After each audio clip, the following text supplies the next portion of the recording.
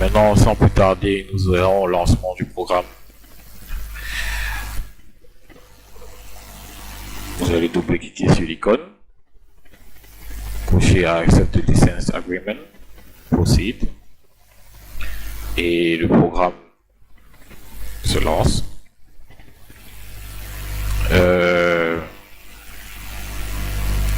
Pour son fonctionnement, vous devriez avoir une configuration minimale qui sera un système d'exploitation Windows 7 ou 8 ou 10, un processeur dual-core de 1.7 minimum, une RAM de 2 Go minimum, et surtout que soit installé Microsoft Suite 2013, Microsoft Office Suite 2013, car il permet la diffusion du programme sur votre PC.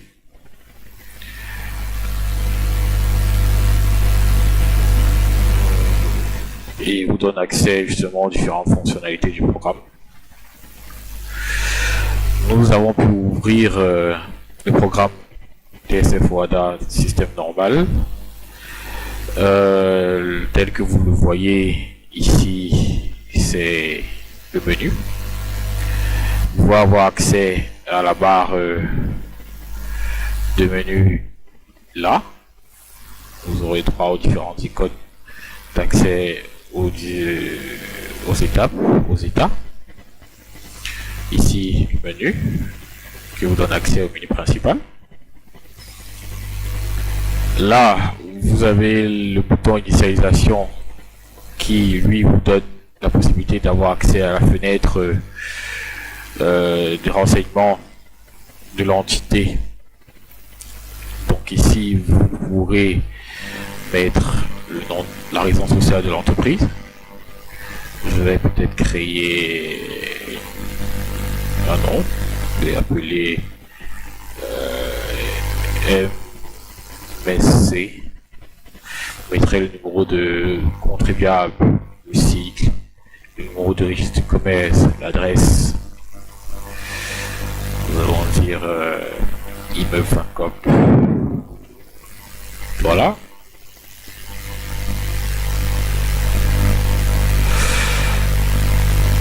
L'activité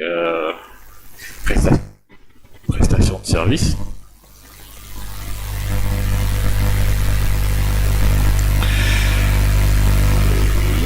MSC arrobase msc.com ou info plutôt.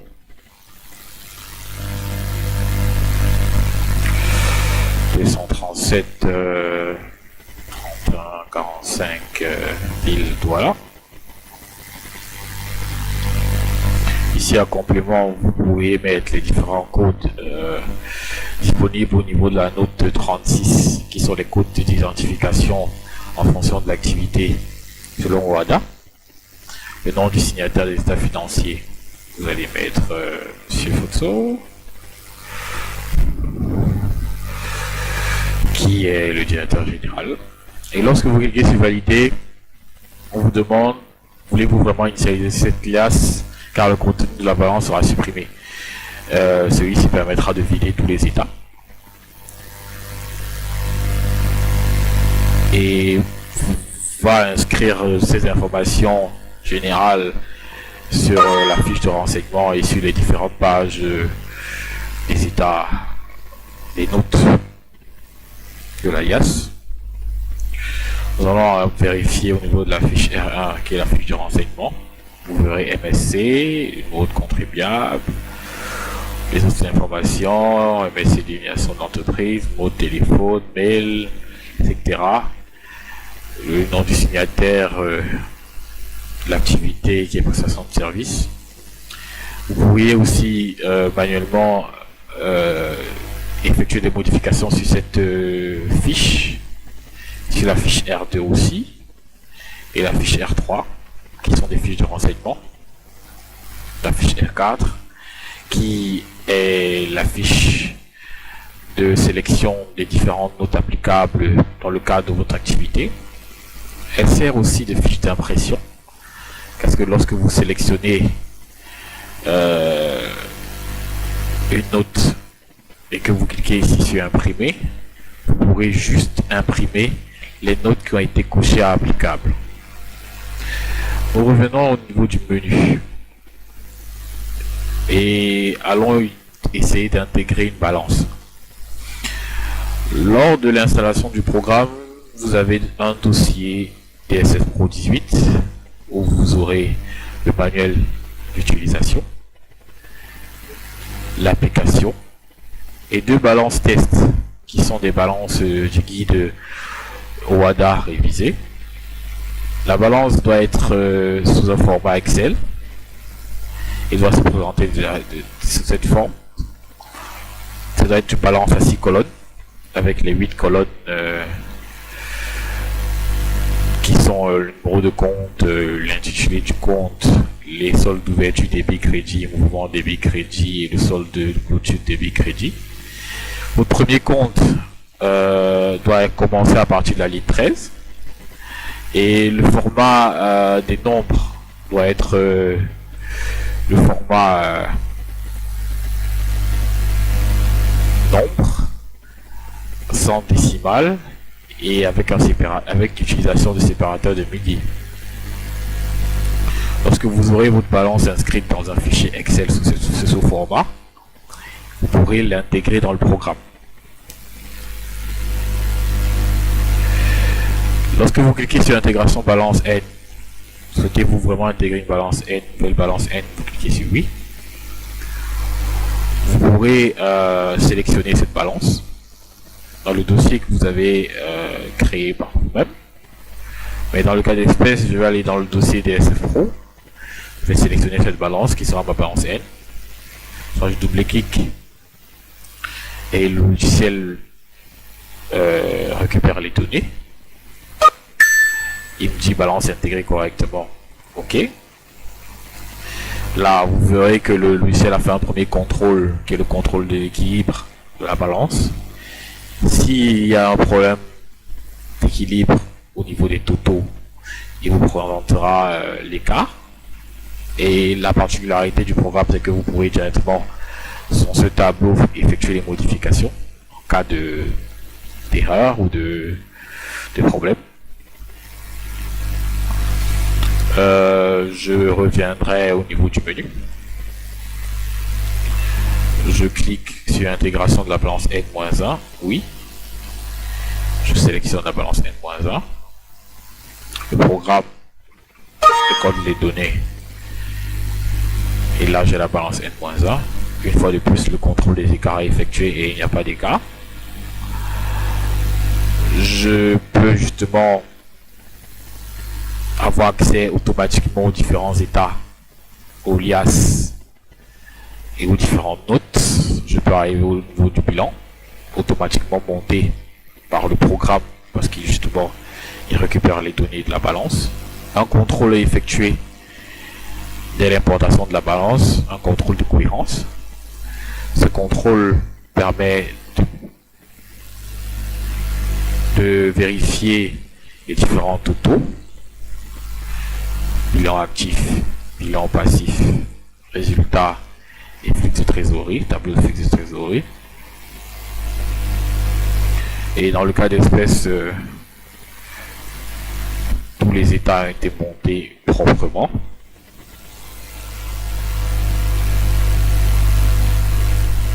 Tableau suivant, bilan, compte de résultat, tableau de flux de trésorerie. Si vous cliquez sur contrôle, vous aurez justement un rapport de contrôle à la date de l'action. Et s'il y a des incohérences au niveau des écarts, il vous présentera ici ces incohérences. Et vous pourrez aller maintenant au menu et vous pourrez avoir accès aux différentes notes. Note 1. Je clique sur suivant pour avoir accès à la note 2, note 3, qui est automatiquement renseignée. Ici, vous avez le tableau d'utilisation brute. Vous avez un autre 3B qui sont les immobilisations, prix en location et acquisition. Vous avez les amortissements, immobilisation, plus-value et moins-value des cessions, etc., etc. Toutes les données manuelles qui devront être inscrites dans le programme, dans les étapes, pardon, peuvent être inscrites manuellement. Je prends le cas des créances à 1 an ou plus, à plus d'1 an et 2 ans au moins, à plus de 2 ans. Ces informations sont manuelles parce qu'elles peuvent être retraitées dans la balance, récupérées dans la balance, je vous l'ai dit. Si par exemple j'ai un prêt au personnel et que je voudrais spécifier que cette créance est à moins d'1 an, à plus d'1 an et à plus de 2 ans, je viens juste mentionner le montant et il est automatiquement récupéré. Cette fonction est manuelle, donc est modifiable, contrairement à cette fonction qui elle ne l'est pas, est automatique. Elle est récupérée dans la balance. Je peux continuer avec l'article circulant ou activité ordinaire, et aussi en bas de chaque état vous pourriez faire vos commentaires, c'est-à-dire indiquer la date de prise,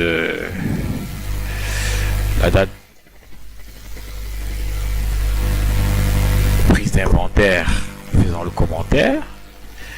Vous pourrez commenter la variation significative, juste que ces commentaires qui sont présentés sont modifiables et vous oriente juste sur les différents commentaires que vous allez effectuer, mais vous pourrez juste les effacer et pouvoir faire vos différents commentaires, etc. Maintenant, nous allons revenir par exemple sur l'alias fiscal de charge de personnel, où vous aurez ce tableau qui est justement aussi manuel. Vous vous présenterez les différents l'effectif de la société par niveau: cadre supérieur, technicien supérieur, cadre moyen, technicien, agent et maîtrise et ouvrier qualifié. Ce montant, lui, il est automatique et il correspond justement au montant de la charge le montant global de la charge de personnel.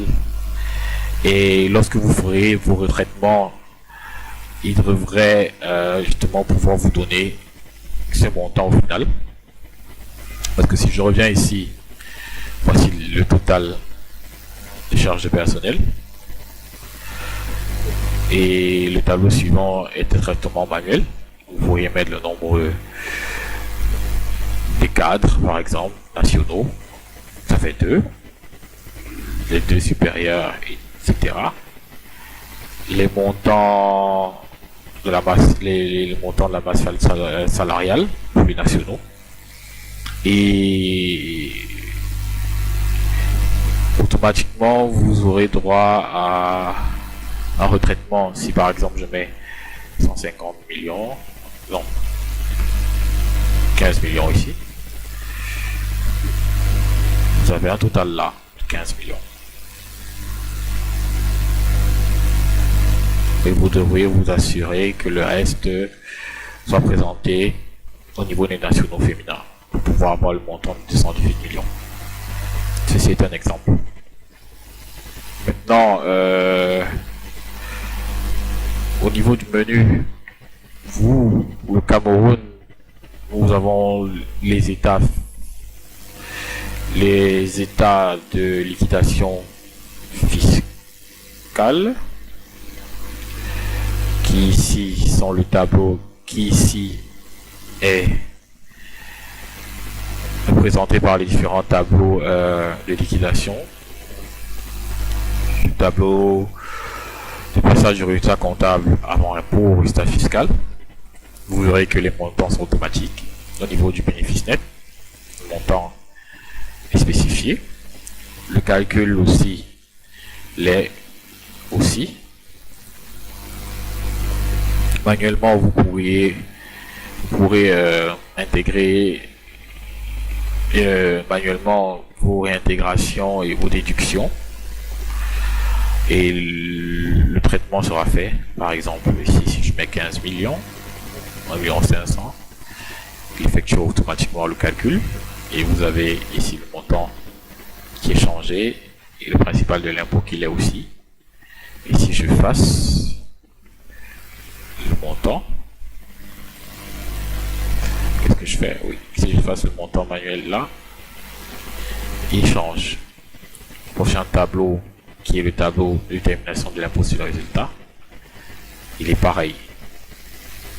Maintenant, si je vais au montant au niveau du tableau de versement, si j'effectue, je mets le précompte sur achat qui est 150 000 par exemple.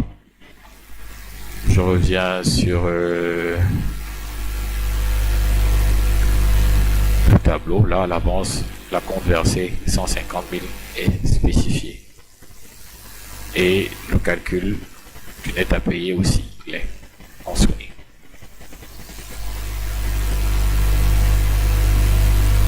Si j'efface, je reviens, et changer. Alors, il est pareil, c'est pareil pour le cas du minimum de perception. Si votre résultat net est une perte et que le choix est porté justement vers le minimum de cette perception, il sera automatiquement mentionné dans le tableau.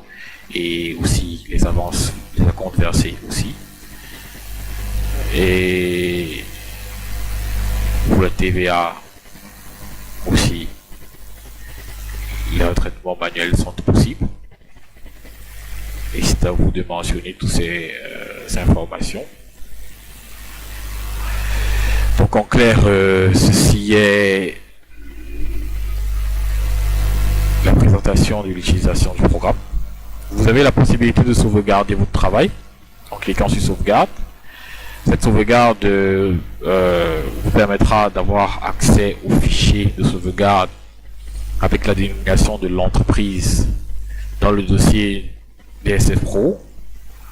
Là, quand j'enregistre, j'aurai directement dans le dossier DSF Pro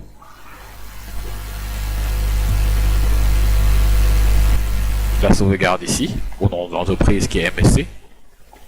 Je pourrais justement avoir accès directement et ça me permet de faire autant de sauvegardes de dossiers que je veux. Et aussi à la fin, la clôture de l'exercice vous permet de transférer votre balance. Parce que quand vous venez ici à balance N, vous avez la possibilité de transférer cette balance N en N-1 pour pouvoir justement importer la nouvelle balance N-1 qui devrait être pour l'exercice 2019 dans le cas d'espèce. En clair, ceci est l'ensemble des fonctionnalités de génération des états. Mais aussi vous aurez la possibilité d'exporter en PDF votre travail, vos états financiers montés. Quand vous cliquez sur exporter, vous aurez dans votre dossier DSF Pro un fichier PDF toujours au nom de l'entreprise avec tous les états montés dans le programme. Ceci permettrait par exemple pour certaines entreprises qui veulent transférer la DSF, de le transférer par mail ou même de l'utiliser pour faire une impression sur un autre poste. Là, le programme va directement rediriger vers un programme de lecture PDF. Là, vous avez les états qui sont sur PDF et qui sont avec toutes les notes montées, toutes les données sont présentes de manière claire.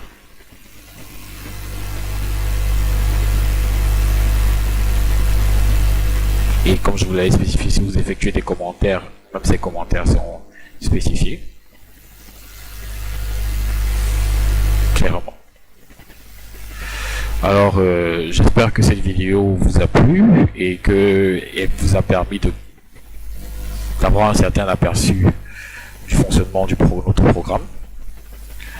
Si vous avez besoin d'autres informations, vous pouvez nous contacter directement sur notre boîte mail info@massconsultinggroup.com, ou alors vous pouvez contacter les numéros présents sur la page programme. C'est ça, les contacts. Et je vous donne rendez-vous très bientôt pour pouvoir acquérir ce programme. Au revoir.